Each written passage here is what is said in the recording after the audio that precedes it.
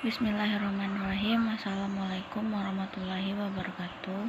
Perkenalkan, nama saya Sinta Dara, NIM 1051-945. Di sini saya akan menjelaskan tradisi Islam.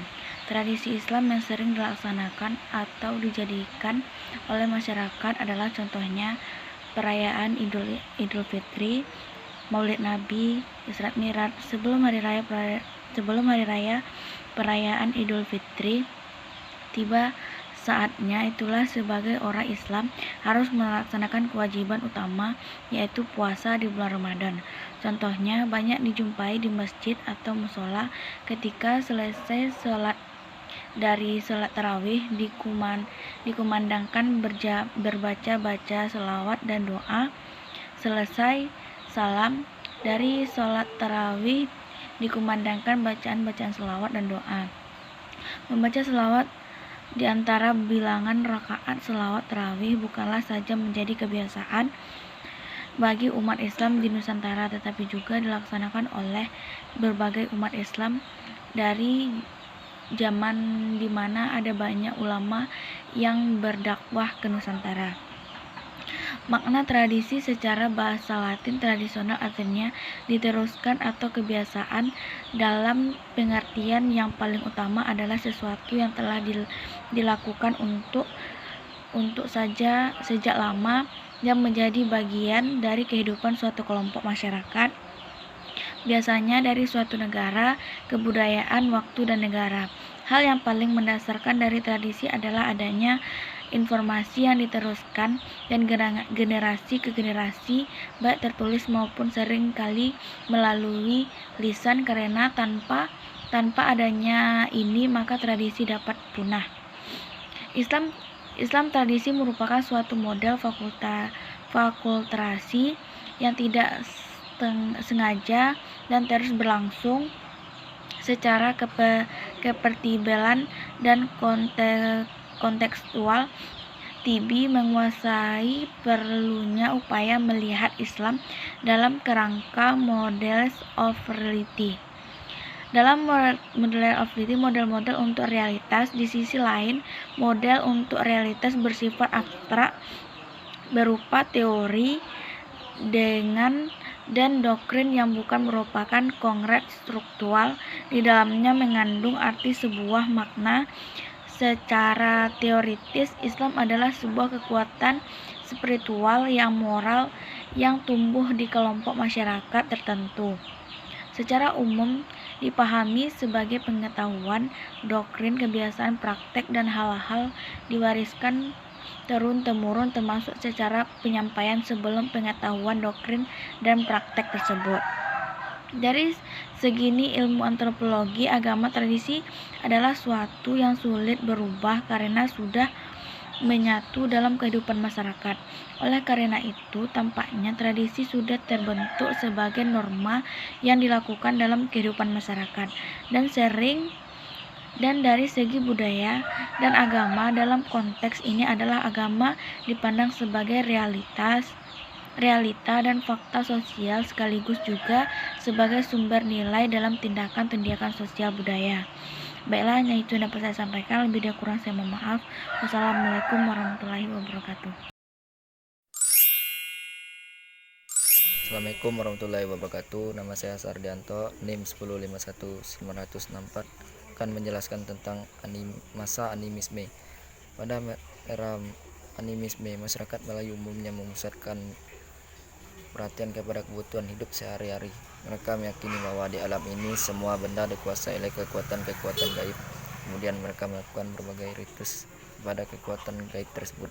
Selanjutnya, mereka melakukan enkulturasi budayanya menggunakan berbagai mitos dan legenda melalui ritual ini.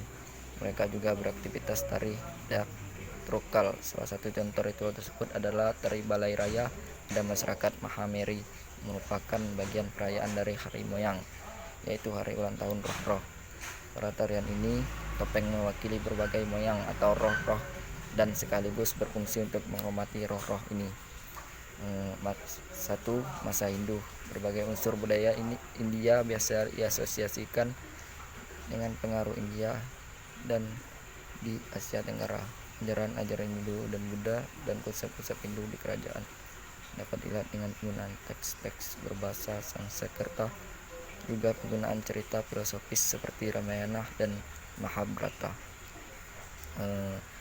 Masa Buddha, adanya hubungan antara orang-orang Buddha dengan orang-orang Melayu dapat dilihat dari tulisan Cina yang beragama Buddha.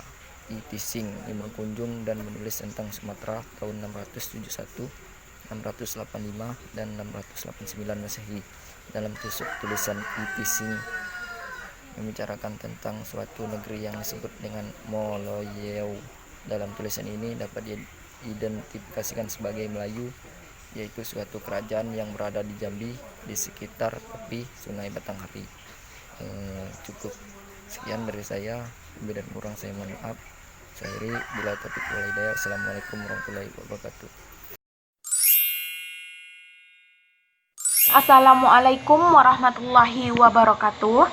Perkenalkan, nama saya Murni Lestari, NIM 1051938. Baiklah, saya akan menyambung penjelasan dari teman saya sebelumnya, yakni saya akan menjelaskan tentang tradisi-tradisi Islam di Indonesia dalam seni dan budaya Melayu. Jadi, tradisi umat Islam di Melayu adalah kebiasaan yang sudah biasa dilakukan di daerah-daerah Melayu yang identik dengan Islam.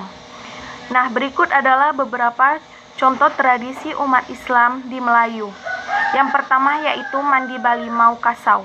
Adalah suatu tradisi yang berasal dari daerah Riau yang merupakan tradisi mensucikan diri dalam rangka menyambut datangnya bulan Ramadan. Tradisi mandi Balimau sendiri menggunakan air yang dicampur dengan jeruk. Tradisi ini dipercaya dapat menghilangkan rasa iri dengki. Yang kedua yaitu tradisi jalur pacu. Jalur pacu merupakan salah satu tradisi umat Islam Melayu yang kedua. Berbeda dengan tradisi pertama, tradisi ini berupa lomba dayung mengambil lokasi di sungai-sungai di daerah Riau. Yang ketiga yaitu tradisi bersanji. Nah, berikut adalah macam-macam seni budaya lokal Islam dan Melayu. Yang pertama yaitu arsitektur. Lahirnya ciptaan-ciptaan baru dalam seni bangunan yang disesuaikan dengan kebutuhan masyarakat. Misalnya bangunan masjid, yakni seperti Masjid Demak, Aceh, Kudus, dan daerah lainnya di Nusantara. Yang kedua yaitu seni ukir. Seni ukir pada mimbar masjid dan bangunan makam bagian jirat, nisan-nisannya, cungkupnya. Yang ketiga yaitu kaligrafi. Seperti dijumpai di masjid-masjid kuno, ukiran-ukiran yang terdapat pada masjid di Jepara. Tidak hanya di masjid kuno, masjid sekarang juga sudah banyak. Yang keempat yaitu seni tari, seperti tarian zapin, tarian gandut, tarian saman gayo, dan lain sebagainya. Yang kelima yaitu seni musik atau suara, seperti rebana, hadra, kasida, dan gambus. Yang keenam yaitu seni pertunjukan seperti pergelaran wayang kulit. Yang ketujuh yaitu seni sastra seperti hikayat dan babat dan suluk. Yang kedelapan yaitu seni anyaman seperti kopiah dan tas. Yang kesembilan yaitu seni rupa trimarta seperti rumah adat.